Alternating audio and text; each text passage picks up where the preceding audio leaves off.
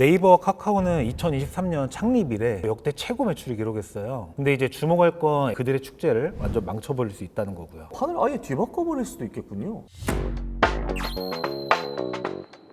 이게 오늘 저희가 함께 비교해 볼 두 회사의 주가입니다. 좀 가슴 아픈 차트네요. 전고점에 비해 이렇게 가격이 많이 빠질 수도 있는 건가요? 이 차트의 주인공 바로 네이버와 카카오인데요. 네이버와 카카오 모두 이제 온라인 기반의 IT 테크 산업의 이제 대표적인 우량주로 네. 2021년도 상반기까지 불패 신화를 쓰고 있었잖아요. 아, 이때는 정말 돈 넣어둘 데 없으면은 네이버, 카카오 넣어두고 적금처럼 이렇게 있어라 이런 우스갯소리도 있을 정도였는데. 그런데 그 적금 같던 그 수익률 좋던 이제 주식이 전고점 기준으로 각각 63%, 75%가 빠졌어요.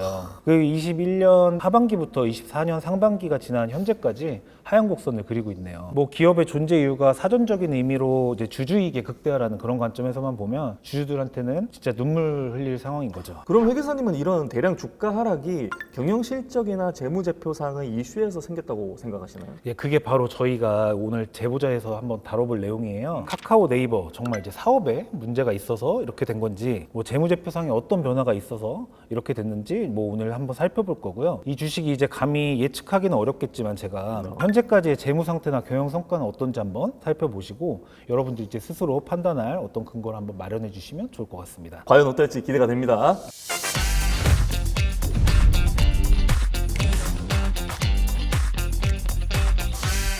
먼저 이제 두 회사의 개요에 대해 간단히 보실 텐데요. 네이버, 카카오 두 회사를 간단히 이제 한마디로 표현을 하자면 대한민국 국민 플랫폼, 즉 안 하는 거 말고 다 하는 그런 회사라고 할 수 있어요. 우리가 아는 것부터 모르는 것까지 이제 굉장히 다양한 이제 서비스를 제공을 하고 있습니다. 먼저 대한민국 최대 규모의 검색 엔진이자 포털 사이트 네이버예요. 1999년 설립된 이후 블로그, 카페, 뭐 포스트, 라인의 지식백과부터 금융의 쇼핑 그리고 엔터테인먼트 부분까지 손을 안 대는 곳이 없죠. 그 근본적인 정체성은 역시 명실상부 대한민국 최고의 포털 사이트예요. 이게 우리나라에서 뭐만 하면 초록창에 물어봐라 뭐 이런 얘기를 만들어냈었잖아요. 그러면 지금 우리나라 점유율 1위인가요? 2024년 기준으로 1위예요. 누적 기준으로. 네, 우리나라는 이제 토종 포털 사이트가 전체 1위인 이제 몇 안 되는 나라거든요. 보통이 이제 구글이 1위죠. 최근에 구글이 역전하니만에 하긴 하는데요. 뭐 아직까지도 우리나라 국민들한테 가장 편하게 사용되는 이제 포털 사이트라고 할 수 있습니다. 그 다음은 카카오예요. 모테이자 핵심 사업 이제 카카오톡을 기반으로 하고 있고요. 네, 카카오페이, 카카오택시, 카카오뱅크, 뭐 카카오뮤직 현재 이제 계열사 또는 관계사에서 운영하는 서비스까지 다 포함을 하면 이제 서비스가 무려 45개 정도 돼요. 뭐 정말 다양한 사업에 도전하고 있고 계속해서 이제 그 영역을 꾸준히 이제 확장하고 있는 그런 회사라고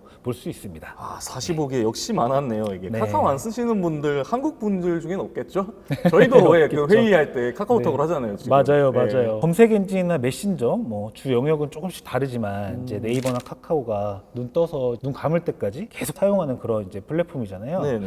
근데 왜 이렇게 잘 나가는 회사들의 주가에 변동이 생겼을까요? 글쎄요.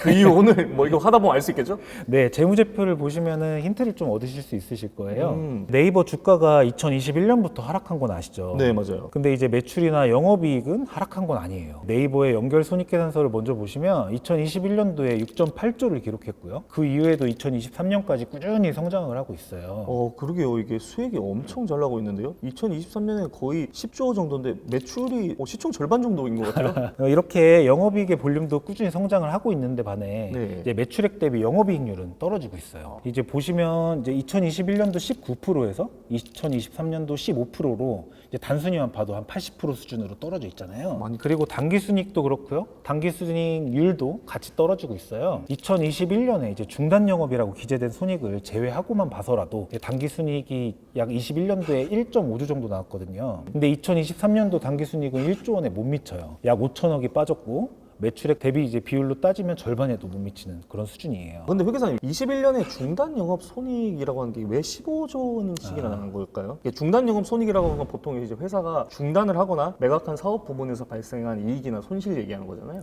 이거 라인 때문이에요. 2021년 3월에 중소기업 이제 라인 사업하고 네. 이제 소프트뱅크의 이제 자회사인 제트홀딩스, 이제 야후 재팬을 운영하는 회사로 유명하죠. 그 제트홀딩스와 경영 통합 전략으로 라인의 이제 지분을 신규 지주사인 A홀딩스 홀딩스라는 신규 지주사로 이제 매각을 했거든요. 네네네. 네, 신규 지주사의 지분 50%와 라인 사업의 자산 부채를 이제 맞교환하면서 발생한 이익이라고 보시면 될 것 같습니다. 아, 그러면은 맞교환할 때 본인이 준 거보다 받은 게 좀 더 이득이 나서 이렇게 됐다 이런 말씀인 거죠? 네, 맞아요. 아, 그러면 또 이게 정리하면 네이버는 매출과 영업이익은 증가를 하고 있다. 그런데 이제 영업이익률이나 단기 순이익률 같은 비율에 있어서는 좀 감소를 계속하고 있다 이렇게 볼 수 있겠네요. 맞습니다. 다음으로 카카오의 매출이나 영업이익을 좀 한번 살펴볼 거예요. 근데 카카오 얘기하기 전에 먼저 말씀드릴 게 카카오는 네이버랑 좀 다르게 종속기업의 이제 다른 주주들이죠. 이제 소수주주 지분율이 꽤 높아요. 네, 하지만 기업의 진정한 경영 성과는 지배기업의 지분율에 해당하는 경영 성과만 가지고 분석하면 좋은데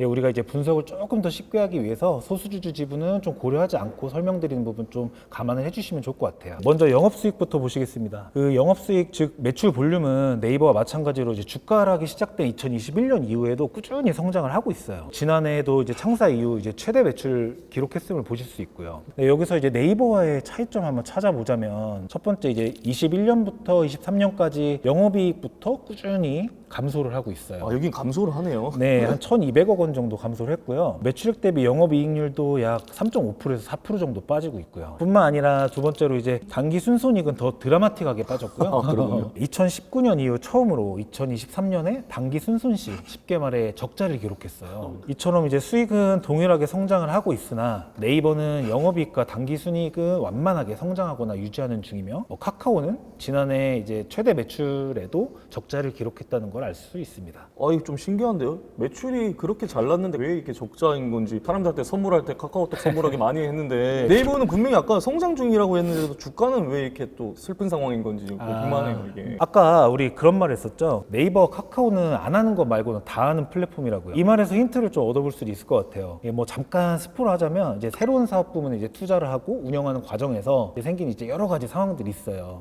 여러 가지 상황들. 네. 과연 어떤 비하인드가 있을지 좀 궁금해지는데요. 네, 네이버와 카카오의 부문별 수익부터 한번 살펴보실게요. 네. 네이버 메인 사업인 이제 검색이나 광고로 대표되는 서치 플랫폼 서비스부터 한번 살펴보시겠습니다. 최근에 모바일 통합 검색 개편과 광고 상품 노출의 AI 알고리즘 고도화로 UI, 즉 이제 사용자 인터페이스가 개선이 됐고요. 네. 덕분에 광고 수익의 기준 데이터인 노출 횟수 대비 클릭률 (CTR이라고 하는 게 크게 향상이 되었어요. 네. 그리고 이제 클라우드 서비스 사용자도 증가하면서 이제 서치 플랫폼이나 클라우드 서비스에서만 2년 누적 약 3,600억 원 정도의 매출 성장을 기록했다고 해요. 두 부문에서 이제 하이퍼 클로바나 클로바4 AD 같은 이제 생성형 인공지능을 도입을 하고 있어서 추가 성장 가능성도 있어 보이는 그런 사업인 것 같습니다. 네이버는 AI에 엄청난 투자를 좀 하고 있는 걸로 알고 있는데 이미 네이버만의 뭐 AI 생태계를 어느 정도 구축했다는 그런 썰도 돌고 있고요. 그 AI 생태계에서 이제 명과 암은 뭐 뒤에서 한 번 더 설명을 드려보도록 하겠습니다. 아, 네. 또 놀라운 건요, 커머스, 컨텐츠, 핀테크 서비스에서의 수익 증가가 이제는 서치 플랫폼이나 클라우드 서비스의 수익 기여도보다 더 크다고 볼 수 있거든요. 오, 네. 커머스 분야는 스마트 스토어의 플랫폼에 중소기업이나 개인 사업, 그 SME 사업자 수나 거래량 수도 굉장히 증가를 하면서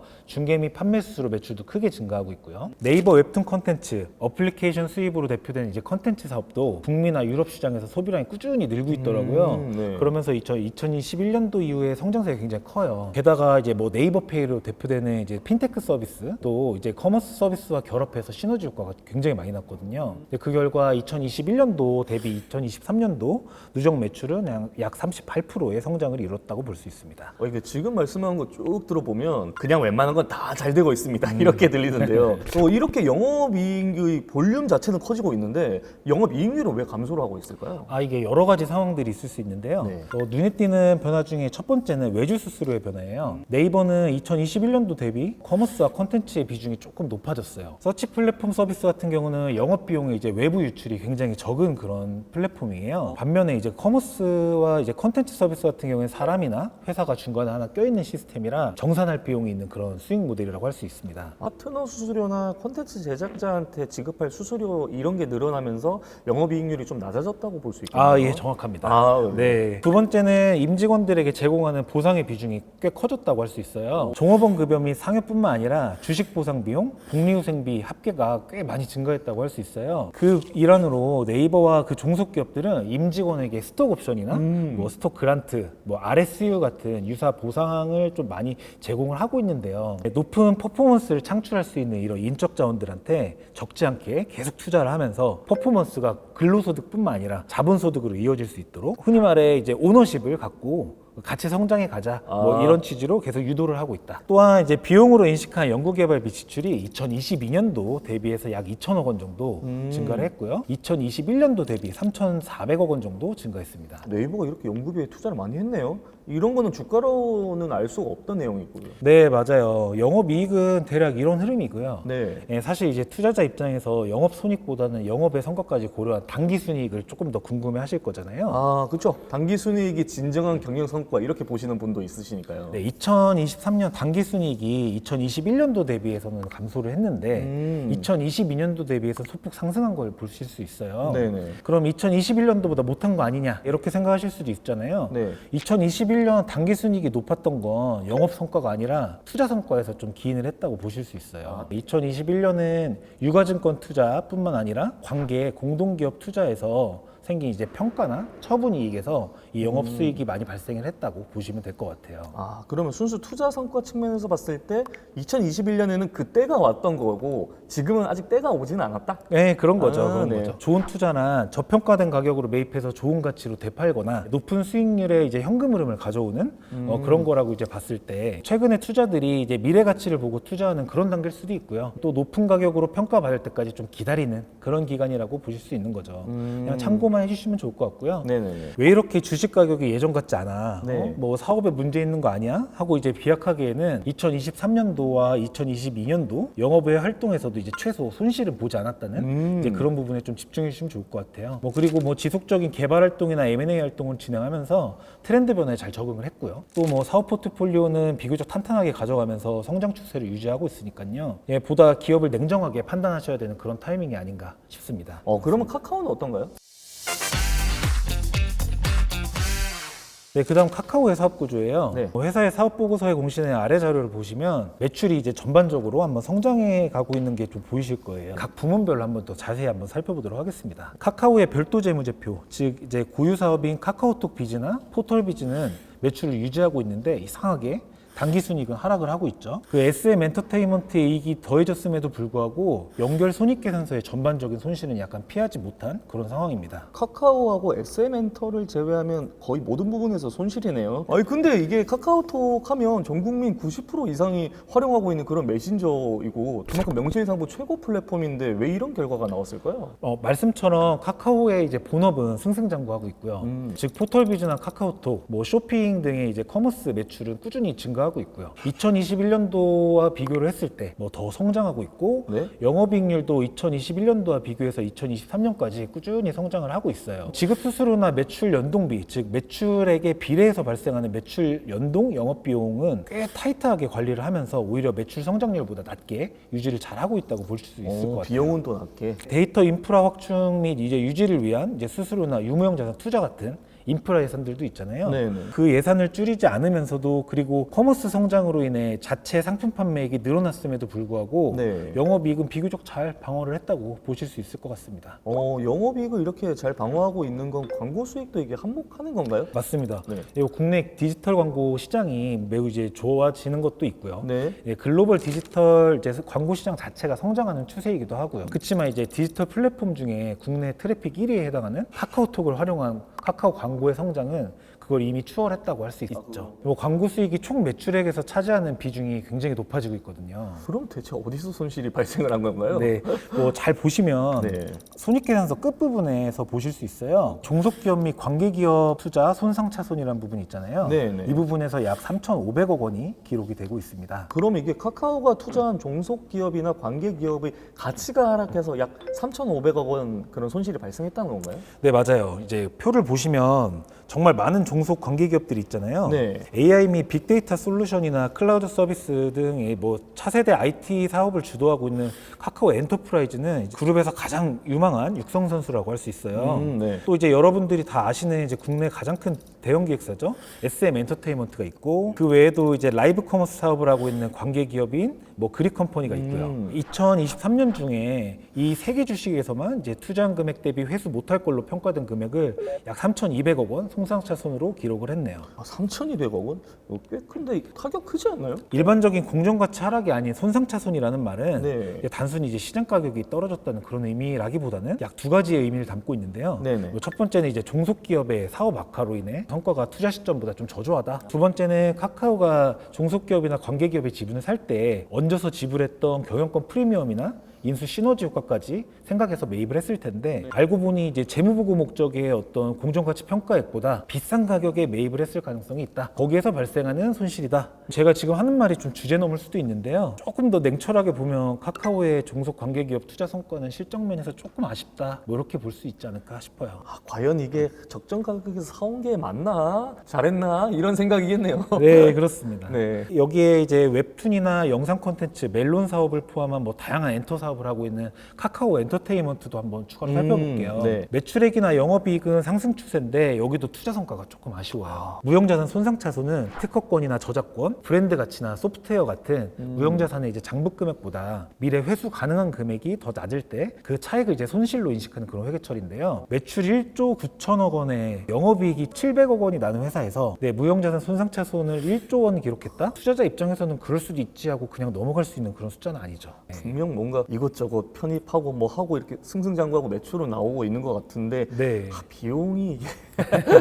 딱 집어서 이렇게 말씀드리기가 참 애매하네요. 보시는 분들도 동의하실지는 모르겠는데 네. 제 생각에는 카카오 고유 사업의 성과는 생각보다 안정적으로 잘 유지를 하고 있다고 생각이 들고요. 매출도 완만한 성장 곡선을 그리면서 브랜드 이미지 메이킹도 사실상 잘 하고 있고요. 톡 비즈 사업이나 뭐 카카오페이, 카카오뱅크, 뭐 카카오 모빌리티, 커머스, 뭐 엔터 이런 데까지 개발하고 계속 투자하고 있으니까요. 다만 이제 앞서 보셨듯이 너무 많은 M&A나 계열사 편입이 있었잖아요. 그 자체가 나쁘다기보다는 이제 여기서 꾸준히 이제 예상 성과를 달성하는 곳도 있지만 그렇지 못한 종속 관계 기업들도 보이죠. 거기에서 이제 너무 많은 손상이 인식되고 있는 거 아닌가 싶어요. 네, 카카오 입장에서도 당연히 해당 산업 전망이나 뭐 피투자사가 보유한 다양한 인적, 무형, 유형 자산들의 잠재력을 보고는 있을 거예요. 거기서 최선의 투자 의사결정을 하고 있을 거고 성과를 기대하고 있겠지만 투자 성과 관점에서 뭐 카카오 현재까지 재무제표에는 그렇게 뭐 좋은 성적으로 기록되고 있지는 않아 보여요.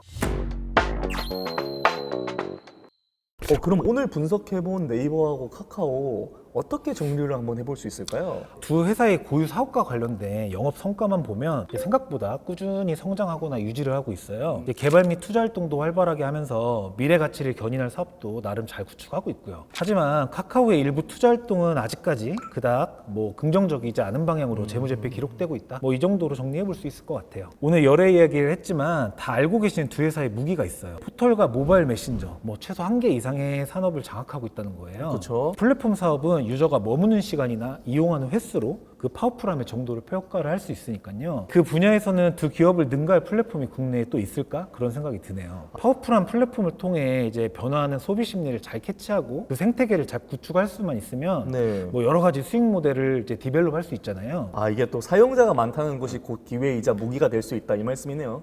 근데 AI 시대가 도래한다고 하잖아요. 그럼 이때도 이 두 기업이 계속 선도 그룹으로 이렇게 리드할 수 있을까요? 네, 저도 이 부분을 좀 찾아봤는데요. 업계나 투자 시장에서는 이 AI 생태계의 빠른 변화가 네이버나 카카오 등의 기존 플랫폼 산업에 큰 지각 변동을 가져올 수 있다고 우려 섞인 목소리를 좀 내고 있더라고요. 뭐 네이버나 카카오가 국내 시장을 점유할 수 있었던 가장 큰 요인은 우리나라 국민들이 최대한 이제 편리하고 효율적으로 이 플랫폼을 사용할 수 있었기 때문이고요. 그런 측면에서 두 기업이 그런 생태계를 잘 구축했다고 볼 수도 있을 것 같아요. 네. 오픈 AI의 챗 GPT나 구글의 제미나이 같은 생성형 AI가 생각보다 높은 완성도의 데이터를 제공을 하고 있잖아요. 포털에 검색 엔진을 많이 대체하고 있어요. 네, 더불어 삼성이나 애플에서 스마트폰에 탑재하려고 개발하고 있는 온 디바이스형 AI나 애플에서 출시할 뭐 패럿 UI를 통해서 명령어 하나만으로 모든 만남과 거래와 비즈니스를 대체하는 AI 에이전트 시대가 빠르게 도래한다면, 즉 네이버와 카카오보다 더 편리하고 효과적인 생태계가 구축이 된다면 가장 위협받는 피해 기업은 두 기업이 아닐까 하는 이제 현업 전문가들과 함께 그리고 투자 기관들의 우려 섞인 목소리가